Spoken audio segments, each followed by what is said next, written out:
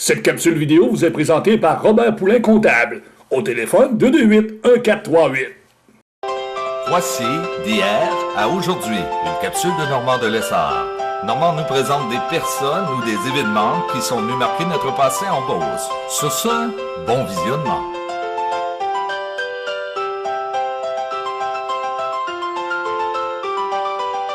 Allô tout le monde, ici Normand de Lessard et bienvenue à une autre capsule de hier à aujourd'hui. D'où vient le nom Les Jarrets Noirs? Partout au Québec, partout en province, on se promène et les gens nous disent « Hey, t'es un petit jarret noir ». Ça vient d'où le nom? On le sait. Mais comment l'expliquer aux gens? Qui de mieux que Fabien Roy? Alors j'ai rencontré M. Roy qui nous raconte l'origine du nom Les Jarrets Noirs. On regarde ce que ça donne. Monsieur Fabien Roy, bonjour. Bonjour. Comment ça va? Ça va bien, vous? Ça vous aussi? Ça va très bien. Dire que ce matin, c'était pas prévu, on se rencontre à la dernière minute comme ça. Mais moi, du matin, je suis toujours ici, dans le manoir. Là, ici depuis un an et demi. Au manoir du quartier. Oui, au manoir ici. Au moment qu'on se parle, nous sommes en octobre 2014. C'est ça. C'est pas trop le secret. Vous êtes rendu à quel âge? Faut que j'y pense des fois. 86. 86 ans. Et vous êtes en santé. Oui, je suis en santé. Si c'était pas de mes jambes, là, la santé est bonne. Vous avez toute votre mémoire. J'espère. Aujourd'hui, je vous raconte, M. Roy, pourquoi il y a plusieurs personnes qui disent « Normand, c'est quoi la fameuse légende des Jarrets Noirs? D'où vient le nom? » Moi, je connais l'histoire, vous connaissez l'histoire, mais qui de mieux pour en parler aux gens à la maison que M. Fabien Roy de Saint-Georges? M. Roy, c'est quoi l'histoire des Jarrets Noirs? D'où vient le nom? L'histoire des Jarrets Noirs vient du nom à partir du moment où les gens avaient commencé à coloniser la Beauce. Alors, ils s'étaient installés à Saint-Joseph, s'étaient installés à Sainte-Marie, et ils voyageaient pour aller à Saint-Henri-de-Lévis. On parle en quelles années environ? On parle des années 1760. En 1760? Ouais. OK, d'accord. 1760 et même un peu avant. OK, d'accord. Et puis, les gens traversaient les terrains marécageux avec leurs chevaux pour aller livrer leurs provisions à Saint-Henri et descendre ça à Lévis, livrer leurs provisions, parfois aller chercher leurs besoins, chercher la nourriture, les objets qu'ils avaient besoin. Il fallait toujours qu'ils traversent ces terrains marécageux. Alors, quand les gens de Lévis les voyaient arriver, contrairement aux gens qui restaient dans les Hauts-de-Dorchester, dans la seigneurie Louis-Joliette, ou encore qui venaient du coin de Thetford-Mines, ils les distinguaient parce qu'eux autres, ils étaient croûtés de terre noire jusqu'à ceinture. OK. Le cheval était la même chose. Et puis, pour les distinguer des autres, ça, c'est les Jarrets Noirs.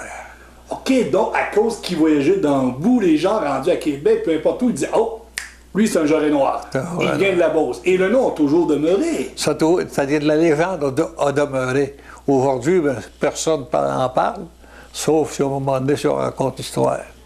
Donc, c'est grâce à vous, aujourd'hui, nous savons d'où vient le nom Jarret Noir. Jarret Noir. Et en terminant, M. Roy, j'aimerais vous parler à vous personnellement. Est-ce que vous avez une espèce de fierté que vous dites, bon, moi, là, j'aimerais ça, dire merci aux gens à la maison qui me regardent. Votre plus grande fierté, c'est quoi? Vous me prenez un peu par surprise. Oui. Vous avez été dans la politique, vous fait le village des défricheurs, vous avez écrit des livres. C'est ça votre fierté avec Beauceron. Ça, je sais que ma plus grande fierté à l'heure actuelle, c'est ma famille d'abord. Oh, c'est très bien ça. Oui, 4 enfants, 3 filles et un garçon. Et puis, c'est ma plus grande fierté.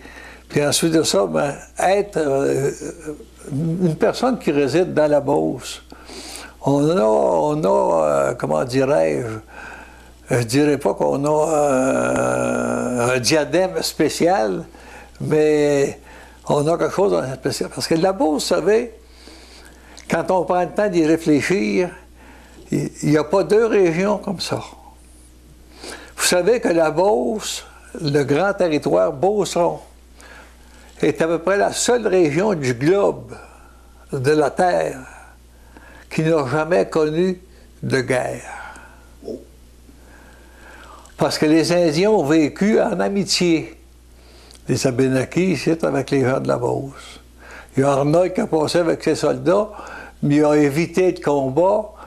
Il a été généreux plutôt avec les gens de la Beauce. Il échangeait l'argent pour la marchandise. C'est vrai. Autrement dit, il ne se faisait pas faire crédit, il se faisait payer. C'était du cash.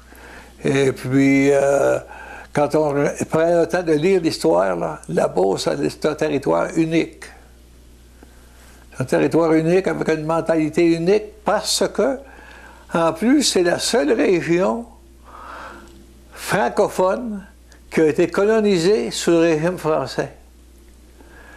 Il y a la vallée du Richelieu, c'est l'autre rivière, parce qu'il y avait deux rivières qui ont été colonisées sous le régime français, sauf que le Richelieu, c'était une route militaire, tandis que la Beauce, c'était une route de colonisation. Les gens se sont installés, il y avait des métis, il y avait avec les Abénaquis, ils ont fait bon ménage. D'ailleurs, quand on lit la petite histoire de la Beauce, on apprend que beaucoup de coureurs de bois s'étaient installés dans la Beauce, puis avaient choisi une Amérindienne comme épouse. Et puis il y avait des métis, comme on dit. Oui, c'est vrai. Sauf que l'histoire n'en parle pas, parce que ça, ce sont des choses qui ne sont pas écrites. C'est dans la tradition orale qu'on va chercher ces choses-là. Ça fait que moi, j'ai toujours été bien fier de ça, de parler de la Beauce, puis la Beauce, c'est notre pays. Hey, ça a été un honneur de vous rencontrer ce matin, M. Roy. Ben, ça me fait plaisir. Et c'est une fierté de vous connaître personnellement et d'avoir fait quelques entrevues avec vous. Un grand merci, M. Roy, pour tout. Longue vie et santé surtout. Ça me fait plaisir. Merci beaucoup.